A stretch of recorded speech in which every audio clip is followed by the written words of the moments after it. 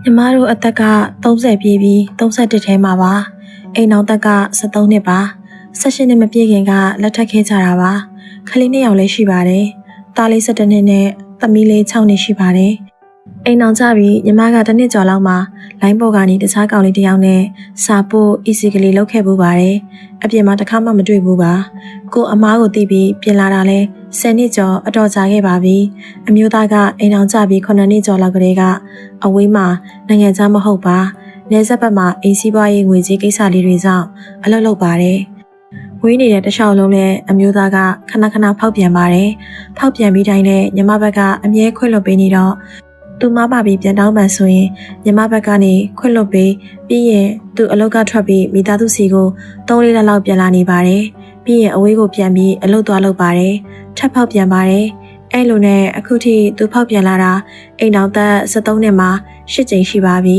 သူဖောက်ပြန်ပြီးတိုင်းညီမတစ်ချိန်ကလိုင်းပေါ်ကနေ easy ကလေးလုပ်ပြီးစာပို့ခဲ့မိတဲ့အမားကိုပဲထောက်ပြီးအမြဲလဲအခုအိမ်တော်သက်73နှစ်အထိပြောနေတော့မှာပဲ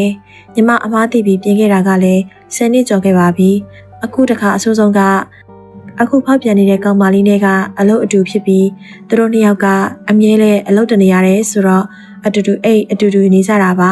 4လလောက်ရှိပါပြီသူတို့အတူနေကြတာသူတို့ကယူဖို့တွေးထားကြပြီးအခုညီမကိုကွာရှင်းပေးဖို့အမျိုးသားဘက်ကတောင်းဆိုလာပါတယ်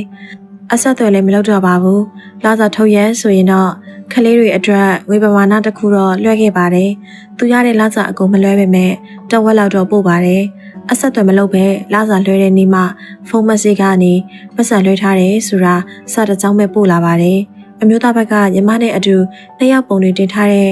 သူ TikTok post တွေကအစားအကုန်ဖြတ်သွားပါတယ်ညီမဘက်ကခလေးတွေရှိလို့ပြန်လာပေးပါအလုပ်ကနေလည်းထွက်ခဲ့ပေးပါဆိုပြီးအမြဲတောင်းဆိုပြီးဖုန်းမက်ဆေ့ကနေပို့ပါတယ်သူ့ဘက်ကတစ်သက်လုံးပြန်မလာတော့ပဲ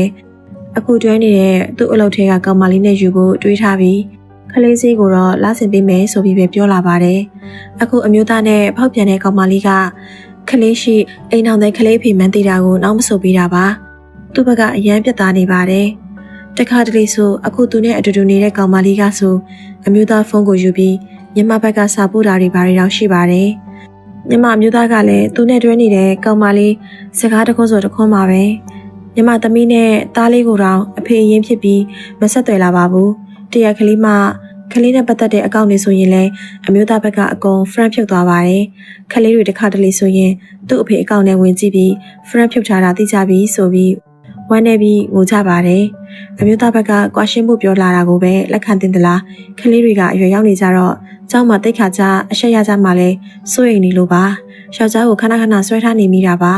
အိမ်အောင်သက်73နှစ်မှာသူဖောက်ပြန်တာက8ကြိမ်လောက်ရှိနေပါပြီညီမဘက်ကဆွဲထားနေမိတာပါအခုနောက်ဆုံးအကြိမ်ဖောက်ပြန်တော့မှပဲသူ့ဘက်ကဟိုကောင်မလေးနဲ့ယူပြီးသူတို့ဘဝတစ်ခုတည်ဆောက်မယ်ညီမကိုကွာရှင်းပေးဖို့ပဲပြောလာလို့ဘာဆက်လုပ်တယ်လဲဆိုတာမစစတတ်တယ်လို့ဖြစ်နေတာနဲ့မက်လေးတွေကနေတဆင့်ညီမအားအိမ်တွေဖြစ်ရှိလာမလားဆိုပြီးအခုစာလေးတွေကိုပို့ဖြစ်တာဖြစ်ပါတယ်ညီမလည်းအလုပ်ရှိပါတယ်ဝေရှာနိုင်တဲ့အမျိုးသမီးပါပဲ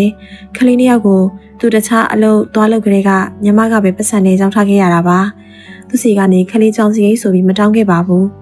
အခုကခလေးကိစ္စညီမအလုပ်ကိစ္စတွေရောညရီဆိုသူ့အကြောင်းတွေးရင်အိတ်မပြောတဲ့ရက်တွေလည်းရှိတယ်ရှင်ငိုရတဲ့ရက်တွေလည်းမနေတော့ပါဘူးကျေးဇူးပြုပြီးညီမကိုအကြံဉာဏ်လေးတွေပေးကြပါရှင်မိမသားတို့ရှင်ဖွင့်ရ